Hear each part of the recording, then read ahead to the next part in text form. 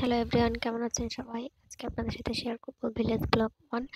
তো সকালে ঘুম থেকে উঠে আমি ফ্রেশ হয়ে চলে আসছি মাকে রান্নার কাজে সাহায্য করার জন্য। এসে দেখি মা পিয়ালি শাক নিয়ে আসছে। আপনারা এটাকে কী শাক বলেন জানি না, তবে আমরা এটাকে পিয়ালি শাক বলি। আর এটা হচ্ছে অনেক দিন পর খাচ্ছি, তো দেখে আমার তো খুবই লোভ লাগছে।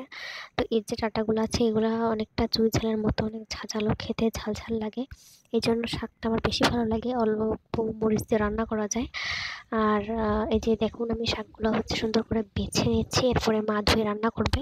তারপর দেখি বাবা মাছ নিয়ে এসছে, পুঁটি মাছ, আমরা এখানে করে পুঁটি বলি। আর দাদা কালকে রাতে শাপলা নিয়ে আসছিল, তো মা শাপলাগুলো বাছতে বসেছিল, কিন্তু আমি বলেছি আমি বেছে নেবো, তো মাছটা কেটে নিয়ে আসো। তো মা মাছ কাটতে চলে গিয়েছে। আর আমি এই যে দেখুন, মাছ কেটে নিয়ে আসছে মা, সুন্দর করে ধুয়ে নিয়ে আসছে। এটা রান্না হবে আজকে, শাক দিয়ে শাপলা ভাজি করা হবে। এরপর আমি শাপলা বাছতে বসে গিয়েছি।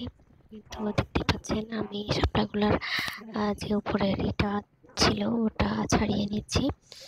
এটা দিয়ে হচ্ছে আমাদের যে পুঁটি মাছগুলো ছিল ওগুলো দিয়ে ভাজি করা হবে। রান্নার ভিডিওটা আমি করতে পারিনি, পরে আমি খেতে বসে গেছি, আমার কিছু কাজ ছিল, যার কারণে পরবর্তীতে খাওয়ার ভিডিওটা নিচ্ছি। তো জানি না এই ভিডিওর কালারটা আসলে মানে কোনো একটা ফিল্টার চালু হয়ে গেছিলো, যার জন্য আর কি কালারটা ভালো আসেনি।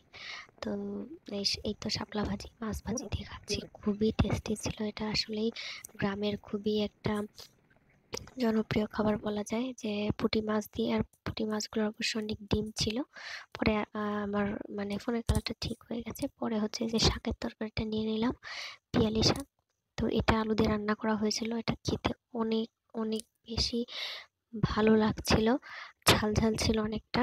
আমি একটা লেবু দিয়েছিলাম, কিন্তু ওটা খাইনি, বাবাকে দিয়ে দিয়েছি। আজকের ভিডিও এখানেই শেষ। অবশ্যই সবাই সাবস্ক্রাইব করবেন। ধন্যবাদ।